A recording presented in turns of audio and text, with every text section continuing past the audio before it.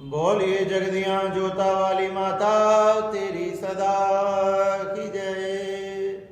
या देवी सर्वभूतेषु कुष्मांडा रूपेण संस्थिता नमस्तस्ते नमस्तस्ते नमस्तस्ते नमो नमः।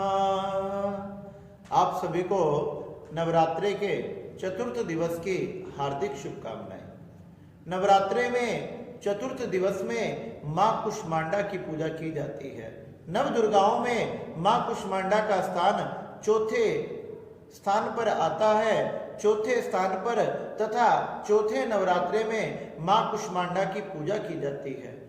कुष्मांडा जिसका शाब्दिक अर्थ ये तीन शब्दों से मिलकर बना है, कु उष्म प्लस आंडा। बताया गया कु का अर्थ होता है छोटा सा, थोड़ा सा, तथा उष्मा का अर्थ एक ऊर्जा तथा जिसमें बहुत सा प्रकाश होता है, तथा उसमें अंड का अर्थ बताया गया कि वो गोलाकार। कुष्मांडा का अर्थ कि एक ऊर्जा का भरा हुआ गोला। तो बताया, कथा आती है कि मां कुष्मांडा जब चारों तरफ कुछ भी नहीं था, चारों तरफ अंधकार ही अंधकार था, न सृष्टि थी, न जगत था, न जीव थे, न जीव जंतु था।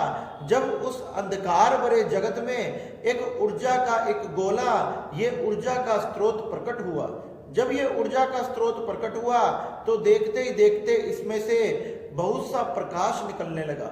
जब इसमें से प्रकाश निकला तो वो प्रकाश चारों तरफ फैल गया तथा चारों तरफ अंधकार हट गया तथा समस्त जगत, समस्त ब्रह्मांड प्रकाशित हो गया। तथा बताया गया कि माँ की चार भुजाएं हैं। माँ शेर की सवारी करती है। माँ के हाथ में चक्र, धनुष, रुद्राक्ष की माला तथा वर मुद्रा है, जो अपने भक्तों को आशीर्वाद प्रदान करती है।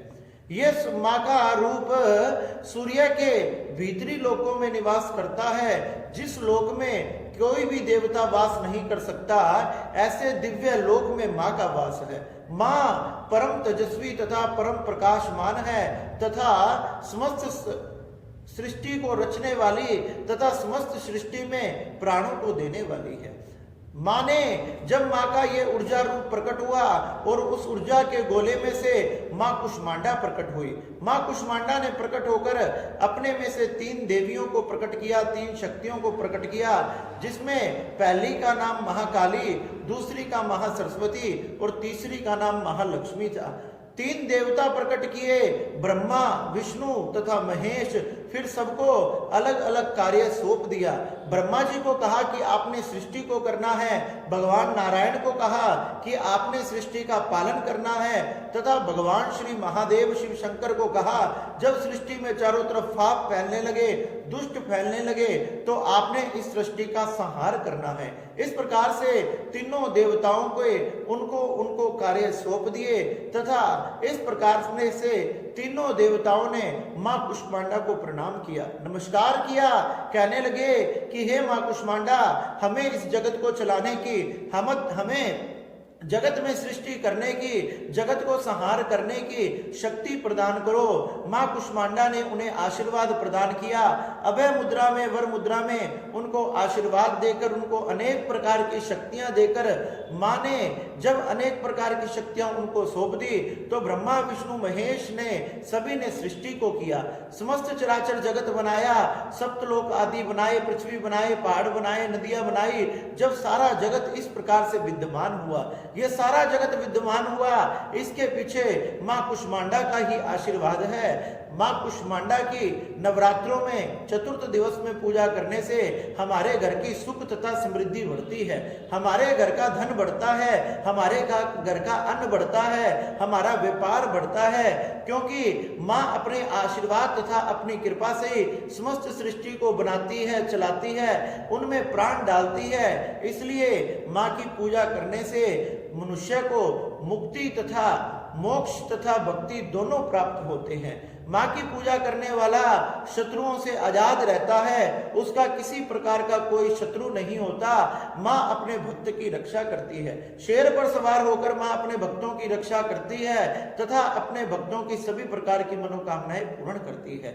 इस प्रकार से माँ कुष्मांडा, जिसको संस्कृत में जैसे कुष्मांड कहते हैं, जिसका हिंदी में अर्थ कुमेड़ा होता है, कद्दू, माँ को कद्दू की बलि, कद्दू आदि बड़े प्रिय हैं। माँ को लाल फूल बड़े प्रिय हैं।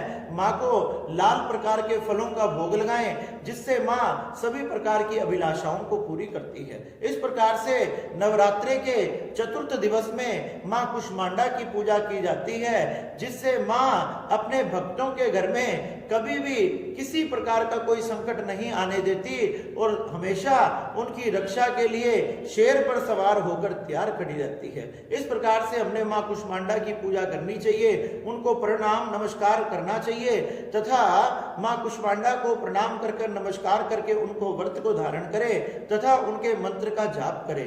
ओम देवी कुष्मांडाय नमः, ओम देवी कुष्मांडाय नमः।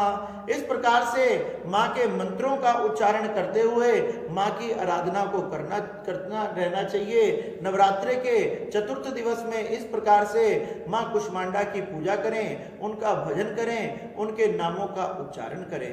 बोलिए जगदियां जोता वाली माता तेरी सदा ही जय।